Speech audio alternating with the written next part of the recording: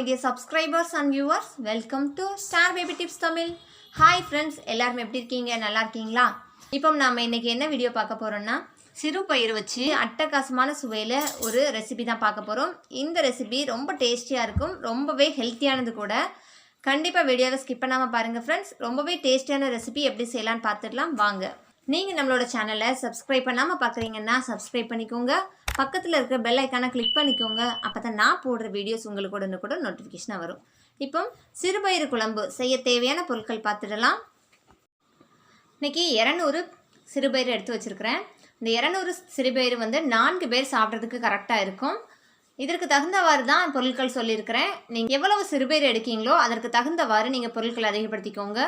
15 சின்ன வெங்காயம், அரை ஸ்பூன் காயத்தூள், 2 ஸ்பூன் சாம்பார் பொடி, 1 கொத்து கருவேப்பிலை, அப்புறம் அரை ஸ்பூன் கடுகு உளுத்தம்பருப்பு, அரை ஸ்பூன் மஞ்சள் தூள், 4 காய்ந்த மிளகாய், அப்புறம் 2 பச்சை மிளகாய், 8 பல் பூண்டு, 2 மீடியம் சைஸ் தக்காளி, அப்புறம் 1/4 பவுல் தேங்காய் துருவல். இவ்வளோ தான் தேவையான பொருட்கள்.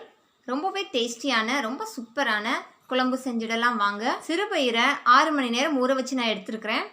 உங்களுக்கு அந்த மாதிரி ஊற வைக்க முடியலன்னு நினச்சிங்கன்னா நீங்கள் குக்கரில் லைட்டாக வறுத்துட்டு அப்புறமா சிறுபயிரை நல்லா வாஷ் பண்ணிவிட்டு 7லேருந்து 8 விசில் வச்சு எடுத்தால் தான் உங்களுக்கு கரெக்டாக வரும். நீங்கள் அப்படி வைக்க இஷ்டம் இல்லைன்னு நினச்சிங்கன்னா நீங்கள் 6 மணி நேரம் ஊற வச்சுருங்க. அப்போ தான் நம்மளுக்கு ஈஸியாகவே குக் ஆகி வரும்.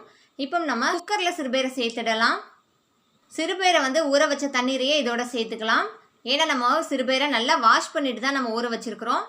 அந்த தண்ணீர்லேயும் நிறைய சத்துக்கள் அடங்கியிருக்கு. அதனால் அந்த தண்ணியுமே வேக வைக்கிறதுக்கு சேர்த்துக்கலாம்.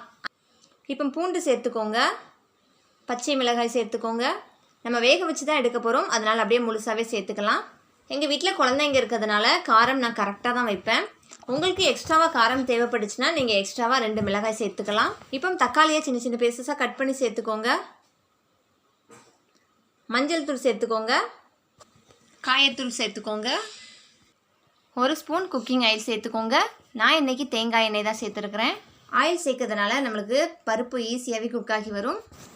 நம்ம சேர்த்துருக்கிற பொருட்கள் எல்லாம் மூழ்கிற அளவுக்கு நம்மளுக்கு தண்ணீர் இருந்தால் போதும். இப்போ மூடி போட்டு 5 விசில் வர்ற அளவுக்கு நம்ம நல்லா குக் பண்ணி எடுத்துக்கலாம்.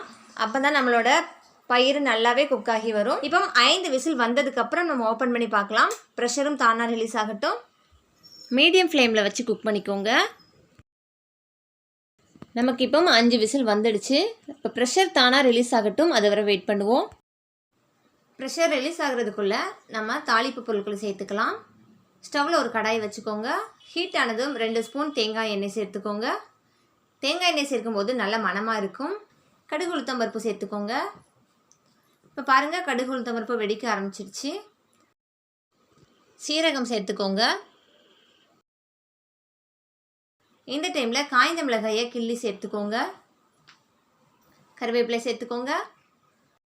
சின்ன வெங்காயத்தை நீள்வார்க்கில் நறுக்கி சேர்த்துக்கோங்க.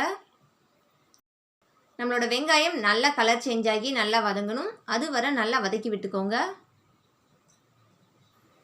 வெங்காயம் வதக்கிட்டு இருக்கும்போதே நம்மளோட குக்கரை பார்த்துடலாம். பாருங்கள், ப்ரெஷர் தானாக ரிலீஸ் ஆகிடுச்சு. இப்போ ஓப்பன் பண்ணிடலாம். நல்லாவே நம்மளோட பயிறு குக்காகி வந்திருக்குது. இப்போ இதை ஒரு மேஷர் வச்சு நல்லா மசிச்சு விட்டுக்கோங்க. பாருங்கள், இது போல் லைட்டாக மசிச்சாலே நம்மளுக்கு நல்லாவே மசிஞ்சிடும். நல்லா மசிச்சு விட்டு ஒரு பக்கமாக எடுத்து வச்சுக்கோங்க. இப்போ நம்ம வெங்காயத்தை பார்த்துடலாம். பாருங்கள், வெங்காயம் நமக்கு நல்லாவே வதங்கி சூப்பராக ரெடியாகி வந்துடுச்சு. இப்போ சாம்பார் தூள் சேர்த்துக்கோங்க.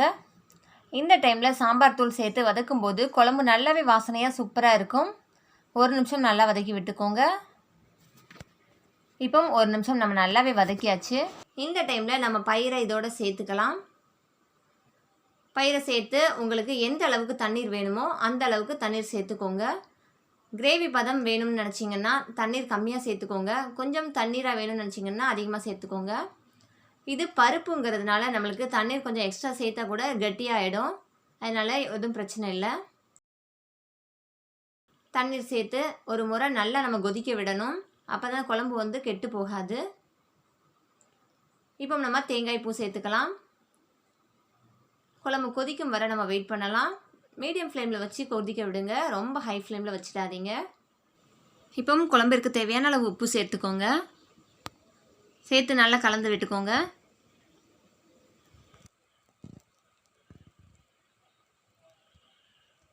பாருங்கள், குழம்பு இப்போ நல்லா கொதிக்க ஆரம்பிச்சிருக்குது. ரொம்ப கொதித்து வர வேண்டாம், ஓரளவு கொதிக்க ஸ்டார்ட் பண்ணால் போதும். பாருங்கள், கொதிக்க ஸ்டார்ட் பண்ணியிருக்குது. இப்போ நம்ம ஸ்டவ் ஆஃப் பண்ணிடலாம். பாருங்கள், நம்மளோட குழம்பு எந்த அளவுக்கு சூப்பராக ரெடி ஆகிடுச்சின்னு சொல்லிட்டு. இது நல்லா ஆறிய பிறகு எப்படி இருக்குன்னு சொல்லிட்டு பார்க்கலாம் வாங்க. இப்போ மல்லி இலை தூவி ஸ்டவ் ஆஃப் பண்ணிடுங்க. பாருங்கள், எந்த அளவுக்கு அருமையாக சூப்பராக குழம்பு ரெடியாக இருக்குன்னு சொல்லிட்டு. நம்மளுக்கு சிறுபயிறு நல்ல ப்ரோட்டீன் ஃபுட். இதை குழம்பு மாதிரி செஞ்சு சாப்பிடும்போது கண்டிப்பாக எல்லாருமே விரும்பி சாப்பிடுவாங்க.